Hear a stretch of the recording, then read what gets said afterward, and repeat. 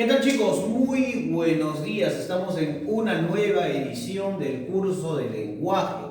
Hoy día 7 de junio del año 2021 vamos a ver este tema que está, digamos, expuesto en tu libro, ¿no es cierto? Y que lo han denominado normativa del sustantivo. Hay que recordar que la semana pasada hicimos un repaso de todo lo que hemos visto hasta, ¿no es cierto?, el uso de grafías, ¿no? Hay que recordar además que considerando que vamos a desarrollar normativa del sustantivo, ya estamos básicamente adentrándonos a lo que sería, digamos, las definiciones, las denominaciones y las clasificaciones de las categorías gramaticales. De hecho, el sustantivo es la primera categoría gramatical que vamos a desarrollar. Normativa del sustantivo o también denominado sustantivo. ¿Con qué otro nombre lo conocemos al sustantivo? Al sustantivo también se le conoce como nombre, ¿no es cierto? ¿Y por qué son importantes los nombres, muchachos? Es importante recordarles que cuando hablamos de nombre, estamos hablando de aquel elemento que fija o que de alguna u otra manera ejerce una identidad, ¿correcto? Cuando hablamos de nombre, hablamos de fijación, ¿no es cierto? Y también hablamos de identidad. Profe, ¿a qué se refiere usted cuando menciona fijación? Las palabras de hecho tienen un significado, pero ese significado depende mucho del contexto en el cual es producido, ¿no es cierto?, la palabra, ¿no? Entonces, cuando hablamos de fijación, estamos hablando de esa delimitación del significado por medio del nombre, ¿correcto? El nombre puede delimitar el significado de las palabras.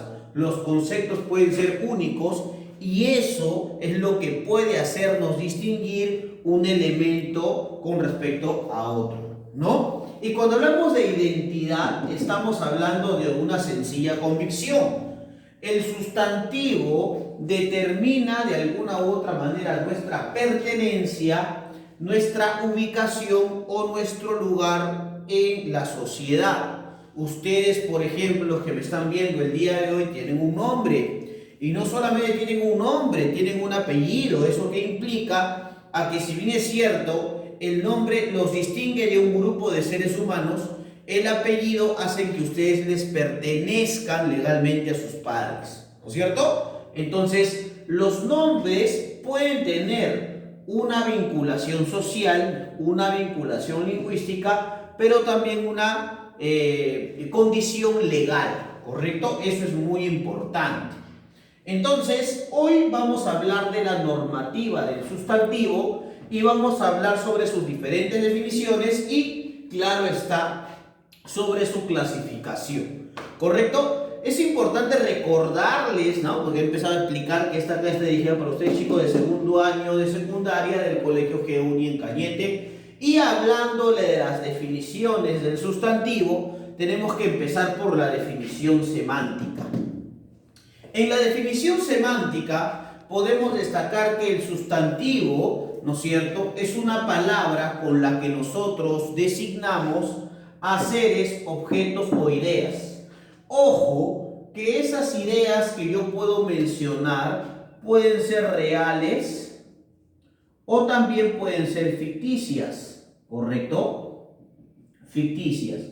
Sobre todo cuando nosotros estamos hablando de una información objetiva, concreta, como una noticia o de repente un ensayo, y ficticias cuando estamos hablando, por ejemplo, de novelas, de poemas, ¿no es cierto?, o de otros ámbitos, ¿no es cierto?, artísticos, ¿no?, o literarios. Entonces, ¿para qué sirve el sustantivo? Para ponerle nombre a los elementos que nos rodean o que tampoco pueden vincularse con la realidad, ¿no es cierto? Esa es la definición semántica. Sintácticamente, chicos, funciona como el núcleo de la frase nominal. Muchos se preguntarán, profe, ¿y qué es una frase nominal?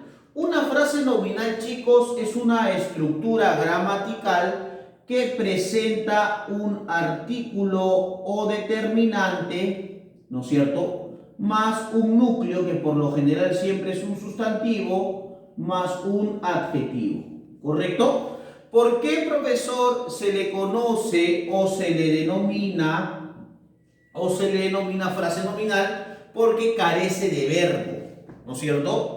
Además, si funciona como núcleo, quiere decir que de esta frase nominal el elemento más importante será el sustantivo. Profe, ¿y por qué el elemento más importante será el sustantivo? Porque el sustantivo será el núcleo, ¿no es cierto? Un ejemplo claro sería, por ejemplo, el mar peruano. Profe, ¿y cuál sería el núcleo? Mar. ¿Y él sería qué cosa? Artículo determinante. ¿Y pero no qué sería? Adjetivo.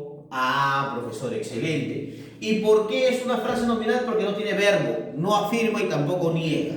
¿Correcto? Ah, profesor, excelente. Entonces puedo entender de esa manera que la definición sintáctica es que funcione como núcleo de la frase nominal. También puede ser el núcleo del sujeto, también el sustantivo. ¿Ya? Y morfológicamente, chicos, presenta morfemas flexivos de género y número. ¿Esto qué quiere decir? Que los sustantivos pueden cambiar en género y también pueden cambiar en número. O sea, sufren estos accidentes gramaticales. Por ejemplo, profe, mira, yo puedo decir alumno y también puedo decir alumna. Ah, sí, profesor, tiene razón, sí. Y además puedo cotejar que si yo digo alumno, estoy mencionando al masculino, y si yo digo alumna, estoy mencionando al femenino. Pero también si no le coloco ese singular, al igual que esto que es singular. ¿Correcto? Ah, profesor. O sea que el sustantivo puede determinarse, ¿no es cierto?, a través de sus accidentes gramaticales. Sí, claro que sí. Y solamente, ¿no es cierto?, afecta el género y el número. Por eso, chicos, al sustantivo también se le va a conocer como categoría gramatical, ¿no es cierto? Es una categoría gramatical independiente. ¿Y por qué es independiente? Porque por sí solo puede entenderse, ¿no es cierto? Por sí solo puede entenderse. También, igual que el adjetivo, al igual que el verbo, ¿no es cierto?, al igual que de alguna u otra manera el determinante, al igual que el pronombre, el sustantivo pertenece al grupo de categorías gramaticales variables, ¿correcto? ¿Y por qué son variables? Porque sufren accidentes gramaticales, ¿correcto? Este es un ejemplo, ¿no es cierto?, de alguna u otra manera de ubicación del sustantivo dentro de una oración. Dice, las cortinas eran muy delgadas. Perfecto. Las cortinas eran muy delgadas. ¿Cuál es el sujeto? Las cortinas. ¿Qué cosa eran las cortinas? Muy delgadas. Ahí está el predicado. Profe, ¿qué representa las? Mira, ¿y qué representa cortinas en esta estructura del sujeto? Primero, cortinas, chicos, y esto es muy importante, cortinas representa el núcleo del sintagma nominal. El núcleo del sintagma nominal. Esto quiere decir, ¿no es cierto?, que cortinas no sería el elemento más importante de esta frase nominal. Las, ¿no es cierto?, es el determinante o lo que acompaña. También cortinas designa a un objeto que sirve para cubrir las ventanas y para que no se vea el interior de la casa. Y cuando hablamos de cortinas, también estamos manifestando que se está expresando en género ¿qué? En género femenino y en número plural, ¿correcto? Eso hay que considerarlo y tenerlo en cuenta. Antes de ir a la clasificación, me había olvidado de decirte algo.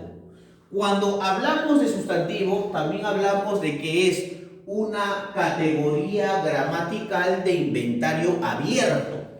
Ahora, ustedes se preguntarán, profesor, ¿y por qué se le denomina de inventario abierto? Se le denomina así, muchachos, ¿no es cierto? Y esto es muy importante porque con el tiempo se pueden constituir otros tipos de sustantivos. Por ejemplo, youtuber, por ejemplo, facebookero, por ejemplo, Twitter, por ejemplo, COVID-19, por ejemplo, Pfizer, Moderna, ¿no es cierto? Las vacunas. O sea, cada cierto tiempo se van gestando otros términos, ¿no? Por eso los sustantivos son de inventario abierto. Ahora, podemos clasificar, chicos, a los sustantivos por su forma primero y por su significado. Por su forma, pueden establecerse de la siguiente manera. Podemos encontrar a los sustantivos primitivos. Profe, ¿y por qué se les llaman primitivos? Se les llama así porque no provienen de ninguna otra palabra, ¿no? Por sí solos son constitutivos, ¿no es cierto? Y además, a partir de ellos se originan otro tipo de términos.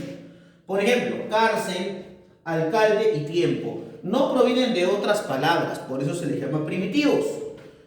Profe, ¿y por qué los sustantivos son derivados? Son derivados porque pueden presentar, ¿no es cierto?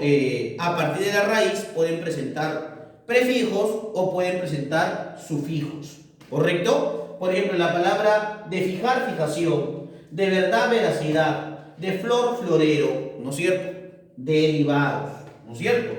Profe, ¿por qué se le llama sustantivos simples? Porque presentan solamente un qué. Presentan solamente una raíz o lexema. Por ejemplo, cama, por ejemplo, papel, por ejemplo, pie. ¿Correcto?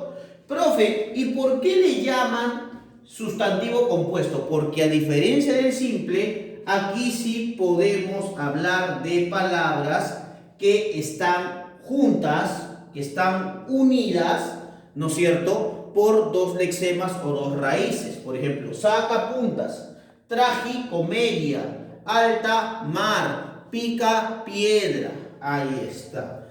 Por eso se le llama sustantivos compuestos. Por su significado podemos encontrar, ¿no es cierto?, a los sustantivos comunes. ¿Por qué se les llama sustantivos comunes?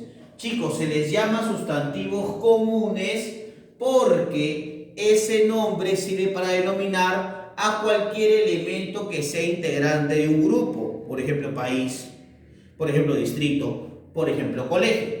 Pero así como hay comunes, también encontramos a los propios. ¿Por qué se les llama propios, chicos? Porque, claro, al hablar de sustantivos comunes, generales, estos son específicos. Por ejemplo, si yo dijera país que es común, ¿cuál sería el propio? Por ejemplo, Perú, ¿no es cierto? Si yo dijera distrito que es genérico, común, por ejemplo, sería comas, ¿no es cierto? Propio, ¿no? Por ejemplo, si yo digo colegio, ¿no es cierto? ¿Cuál sería el propio? Sería Geuni, por ejemplo, ¿no? Ahí está. Entonces, eso podemos dar a considerar. Y luego tenemos a los sustantivos individuales. ¿Por qué se les llama individuales? Porque estamos hablando aquí de un solo elemento, ¿no es cierto? Del elemento que se considera porque es la cantidad de uno. Por ejemplo, oveja, por ejemplo, burro, por ejemplo, piedra, ¿no es cierto? Pero también podemos encontrar a los sustantivos colectivos.